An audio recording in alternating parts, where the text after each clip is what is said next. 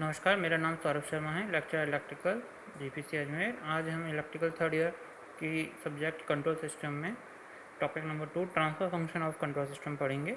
Transfer function जो है वो किसी भी कंट्रोल सिस्टम के आउटपुट सिग्नल और इनपुट सिग्नल को रिप्रेजेंट करता है। जो भी इनपुट वैल्यूज़ हम देते हैं उसके रिगार्डिंग हम ये ब्लॉक डायग्राम देख सकते हैं। यहाँ पर हम इनपुट की वैल्यू को RS से रिप्रेजेंट करते हैं तथा आउटपुट की वैल्यू को CS से रिप्रेजेंट करते हैं। और जो ट्रांसफर फंक्शन होता है वो आउटपुट और इनपुट का रेशो कहलाता है।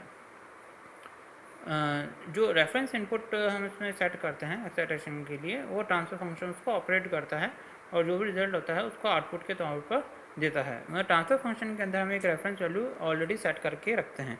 जो भी हम इनपुट देते हैं उससे वो रेफरेंस वैल्यू से उसको प्रोसेस करके और हमें उसके इनपुट के रिगार्डिंग आउटपुट देता है।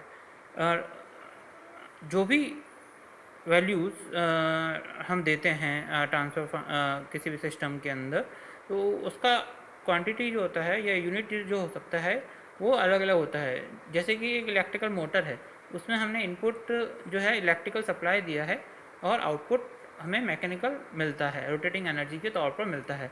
एज इट इज़ जनरेटर जो होता है उसमें हम इनपुट जो है वो मैकेनिकली देते हैं और आउटपुट जो हमें मिलता है वो इलेक्ट्रिकली मिलता है। इसलिए इसको सॉल्व करने के लिए हम जो इक्वेशन बनती है आउटपुट और इनपुट की, उसका हम लाप्लास लेते हैं और लाप्लास लेने के बाद हम उसे सॉल्व करते हैं। The transfer function of a control system defines the ratio of the Laplace transform of the output variable to Laplace transform of the input variable or at the initial condition is 0. इसे transfer function को demand करने के लिए, ज्ञात करने के लिए क्या प्रोसीजर रहता है कि हम सबसे पहले सिस्टम की इक्वेशन जो है वो बनाते हैं, फिर उसका हम लाप्लास लेते हैं इनिशियल कंडीशन 0 मानकर। नाउ हम उसका आउटपुट और इनपुट को स्पेसिफाई करते हैं और लास्ट में जो हमारा लाप्लास ट्रांसफर निकलता है आउटपुट और इनपुट के रेशो में, वो हमारा ट्रांसफर फंक्शन कहलाता है। जैसे कि हम पहले डिस्कस कर चुके हैं कि ये ज़रूरी नहीं है कि जो इनपुट हम दे रहे हैं और जो हमें आउटपुट मिल रहा है वो दोनों सेम कैटेगरी के होंगे।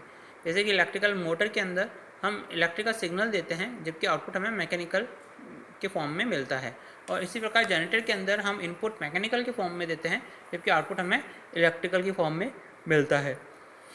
अब हम इसमें इनपुट को RS से रिप्रेजेंट करते हैं तथा आउटपुट को CS से रिप्रेजेंट करते हैं। उसका हम लाप्लास लेंगे। यहाँ हमने उसका लाप्लास लिया है इनपुट का और आउटपुट का, और उसके बाद हमें जो ट्रांसफर फंक्शन मिलता है GS, वो मिलता है Laplace of CT upon Laplace of RT at the time domain function के अंदर हमें इसकी वैल्यू मिलती है, जिसमें कि जो इनपुट वैल्यू है और जो आउटपुट वैल्यू है वो इनिशियली इसके अंदर 0 होती है।